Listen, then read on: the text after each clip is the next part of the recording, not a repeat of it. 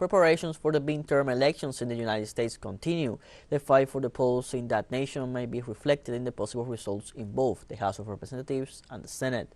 From Cuba, our collaborator Reinaldo Taladrid offers us his comments on these predictions. Go ahead.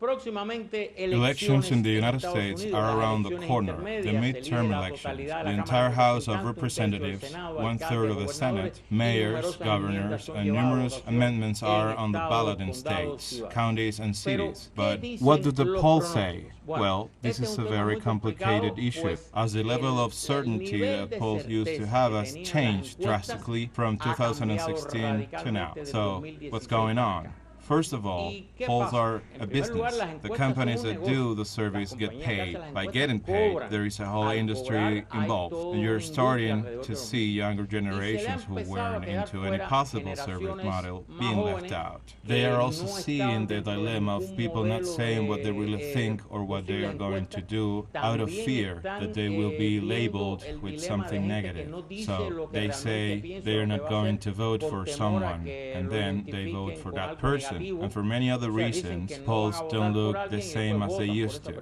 Now, should they be dismissed? No, because there is no doubt that they are an indicator of which way things are moving. Are they accurate? They are not accurate either. Are they infallible? I don't think so. But do they give information? Yes. And if they are still being carried out, and it is a business, there is a reason why they are being done. It's not only to make money, because they are useful for politicians, campaign managers, etc. What do they? Well, in 90% of the cases, the party that is in the White House loses numerous seats in the House of Representatives and in the Senate. And it is said that this will not be the exception. If the elections were held today, the total, the average of all the polls, would give that the House of Representatives, the Republicans already have, according to these polls, 220 seats. The simple majority is 218. What does this mean? It looks like they already have 2 seats more than the required majority in the House. There are about 35 or so, a little more or a little less, seats left in dispute.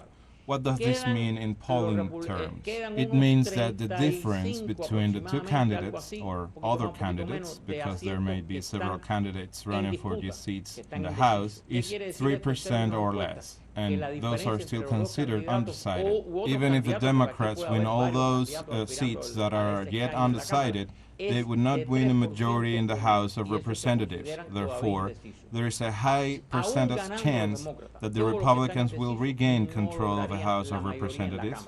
I say this based on the information published by Real Clear Politics, a site where all these polls are tiled and an average is taken from this sum.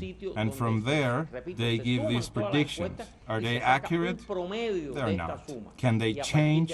Of course they can. Can they even change on the day of the election? Of course. But they should not be ignored either.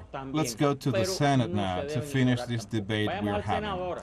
In the Senate, remember that right now it is 50-50. In the vote of a vice president who presides the Senate, being a Democrat, decides in favor of all the Democrats. Well, the sum of all the polls and the average taken is given that the Republicans should end up with 52 seats in the Senate and the Democrats with 48. In other words, the Republicans will recover 2 seats they previously lost in the Senate. That would give them a majority in the Senate as well. Some say that this is not going to happen, that this is not yet certain, and it is true. But so far, this is what polls taken practically every day in all the states show. And what does this mean? As I have told you on other occasions, the Republicans would control the Intelligence and Foreign Relationships Committee in both chambers, and proposed legislations would change from the direction of the current administration.